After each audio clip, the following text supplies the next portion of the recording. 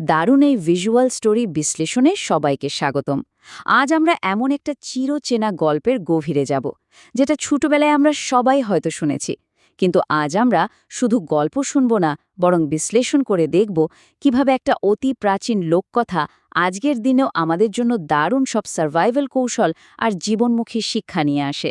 তো চলুন আর দেরি না করে সরাসরি মূল আলোচনায় ডুব দেয়া যাক। শুরুতেই একটা ব্যাপার একটু গভীরভাবে ভাবা যাক। ধরুন একদম নিশ্চিত মৃত্যু সামনে এসে দাঁড়িয়েছে, চারপাশের সব রাস্তা বন্ধ। ঠিক সেই মুহূর্তে শুধু মগজ খাটিয়ে, তীক্ষ্ণ বুদ্ধির জোরে কি সেই অবধারিত মৃত্যুকে পরাস্ত করা সম্ভব? আজকের এই সম্পূর্ণ বিশ্লেষণটি কিন্তু আবর্তিত হবে ঠিক এই একটা মূল প্রশ্নের উপর ভিত্তি করেই। গল্পের পড়তে পড়তে আমরা দেখব কিভাবে এই প্রশ্নের উত্তরটা একেবারে ম্যাজিকের মতো উন্মোচিত হয়। গল্পের প্রেক্ষাপটটা কেমন ছিল? চলুন প্রথম পর্ব মানে নদী এবং গাছের দৃশ্যপটটা একটু দেখে নেওয়া যাক। চোখের সামনে কল্পনা করে নিন, শান্ত, সুন্দর আর সবুজে ঘেরা একটা নদীর পাড়। সেই নদীর তীর ঘেঁষে মাথা উঁচু করে দাঁড়িয়ে আছে বিশাল এক জাম গাছ। আর সেই গাছে সারা বছর ধরেই ফুলে থাকে দারুণ মিষ্টি সব জাম। তো এই মনোরম পরিবেশেই বাস করে আমাদের গল্পের দুই মূল চরিত্র। গাছের মগডালে থাকে ভীষণ চঞ্চল আর হাসিখুশি স্বভাবের একটা বানর, নাম তার কালু। আর ঠিক নিচেই নদীর জলে সাঁতার কাটে রানা নামের একটা কুমির। দুই ভিন্ন জগতে দুই প্রাণী, অথচ তাদের বসবাস একেবারে কাছাকাছি। এই দুজনের স্বভাব কিন্তু একদম আলাদা, আক্ষরিক অর্থে আকাশ পাতাল তফাত। একদিকে আছে আমাদের কালু, যে খুব চালাক আর ভীষণ উদার। সে রোজ গাছ থেকে মিষ্টি মিষ্টি জাম পেড়ে কুমিরকে উপহার দেয়। অন্যদিকে রানা হলো জলের জীব, যে কিনা খুব সহজেই অন্যের কথায় কান দেয়। তবে কালুর দেয়া এই মিষ্টি ফলগুলো সে কিন্তু দারুণ উপভোগ করে। আর প্রতিদিনের এই ছোট ছোট আদান প্রদান থেকেই তাদের মধ্যে গড়ে ওঠে এক গভীর বন্ধুত্ব।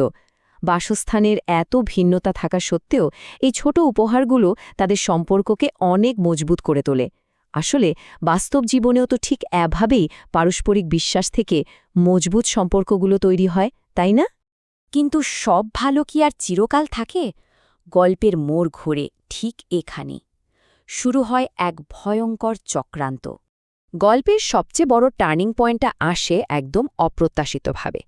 একদিন রানা কিছু মিষ্টি জাম তার স্ত্রীর জন্য নিয়ে যায়, আর সেই জাম খেয়েই কুমিরের স্ত্রীর মনে জন্ম নেয় এক ভয়ঙ্কর আর নিষ্ঠুর লোভ। ভাবুন একবার লজিকটা। সে ভাবল যে বানর প্রতিদিন এত মিষ্টি ফল খায়, তার কলিজাটা না জানি কতটা মিষ্টি হবে। ব্যাস, সে জেদ ধরে বসল, যে করে হোক কালুকে ধরে আনতে হবে। সে কালুর কলিজা খেতে চায়। এই একটা অযৌক্তিক আর লোভী দাবি মুহূর্তের মধ্যেই একটা সুন্দর বন্ধুত্বের ওপর বিশাল এক কাল মেঘের ছায়া ফেলে দিল। এখানেই তৈরি হয় সবচেয়ে মর্মান্তিক একটা মানসিক দ্বন্দ্ব। রানা পড়ল মহা ফাপড়ে, রীতিমতো শাখের করাত অবস্থা। একদিকে তার একমাত্র ভালো বন্ধু কালু, যার কোনো ক্ষতি সে স্বপ্নেও ভাবতে পারে না। অন্যদিকে তার স্ত্রী, যে হুমকি দিয়ে বসেছে কালুর কলিজা না পেলে সে না খেয়েই মারা যাবে। রানা গভীরভাবে কষ্ট পেল ঠিকই, কিন্তু শেষ পর্যন্ত তার দুর্বল মানসিকতার কাছে সে হার মানল। নিজের স্ত্রীর জেদের কাছে নতি স্বীকার করে প্রিয় বন্ধুর সাথে চরম বিশ্বাসঘাতকতা করার এক ভয়ঙ্কর সিদ্ধান্ত নিয়ে ফেলল রানা। আর ঠিক এর পরই আসে সেই শ্বাসরুদ্ধকর মুহূর্ত। মাঝ নদীতে বিশ্বাসঘাতকতা। পরিকল্পনা মাফিক রানা পরদিন মন খারাপের ভান করে জাম গাছের নিচে এলো। সে খুব সাধু সেজে কালুকে দিল এক মিথ্যে দাওয়াত। কালুকে সে জানালো যে নদীর ওপারে তার স্ত্রী নাকি আজ কালুকে দুপুরের খাবারের জন্য নিমন্ত্রণ করেছে। কালু তো আর সাঁতার জানে না, তাই রানা খুব কৌশলে প্রস্তাব দিল যে কালু যেন তার পিঠে চড়েই নদী পার হয়। সরল মনা কালু বিন্দুমাত্র সন্দেহ না করে বন্ধুত্বের টানে সেই দাওয়াত গ্রহণ করে বসল। শুরু হল নদীর গভীর জলের দিকে এক ভয়ঙ্কর যাত্রা। কিন্তু নদীর ঠিক মাঝখানে গিয়ে, যেখানে জল সবচেয়ে গভীর আর চারপাশের তীর অনেক দূরে, ঠিক সেখানে রানা হঠাৎ সাঁতার থামিয়ে দিল। কেন বলুন তো এই হঠাৎ বিরতি? এই একটা ছোট ঘটনা, কিন্তু সাসপেন্স একেবারে চরমে পৌঁছে দেয়। হ্যাঁ, ঠিক এখানেই বেরিয়ে আসে সেই নিষ্ঠুর সত্য। রানা কাঁদতে কাঁদতে স্বীকার করে তার বিশ্বাসঘাতকতার কথা। সে কালুকে জানিয়ে দেয় যে এই দাওয়াত আসলে সম্পূর্ণ মিথ্যে। তার স্ত্রী কালুকে খাওয়াতে নয়, বরং কালুর মিষ্টি কলিজাটা খেতে চায়। একবার শুধু সেই মুহূর্তটার কথা ভাবুন। চারদিকে অথই জল, সাঁতার না জানা একটা বানর, আর ঠিক তার নিচে থাকা বাহনটি এখন তার মৃত্যুদূত। চরম এক বিশ্বাসঘাতকতা আর নিশ্চিত মৃত্যুর এই মুহূর্তটি যে কোনো মানুষের বুক কাঁপিয়ে দেওয়ার জন্য যথেষ্ট।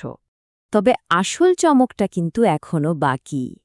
চলুন দেখি উপস্থিত বুদ্ধির দারুণ এক খেলা। এখানেই প্রকাশ পায় কালুর অবিশ্বাস্য মানসিক শক্তি। এত বড় একটা বিপদের কথা শোনার পর কালু প্রথমটায় খুব ভয় পেয়ে গেলেও পরমুহূর্তেই সে নিজেকে সামলে নেয়। চরম আতঙ্কের মাঝেও সে মুখে একটা হাসির ভান করে অত্যন্ত সাবলীলভাবে বলে ওঠে, ওহ বন্ধু, আগে বলবি তো, আমি তো আমার কলিজাটা গাছেই রেখে এসেছি। এত বড় একটা ধোকাকে সে স্রেফ এক মুহূর্তের হাসিতে ঢেকে ফেলল। এই অসাধারণ সাইকোলজিক্যাল কৌশলটা বোকা কুমিরকে পুরোপুরি বিভ্রান্ত করে দিল। জীবনের যে কোনো বড় সংকটে মাথা ঠান্ডা রাখা যে কতটা জরুরি, এটা তার একদম নিখুঁত প্রমাণ। বাঁচার জন্য কালুর সাথে সাথে এমন একটা ডাহা মিথ্যে নিয়ম বানাল, শুনলে হাসি পাবে।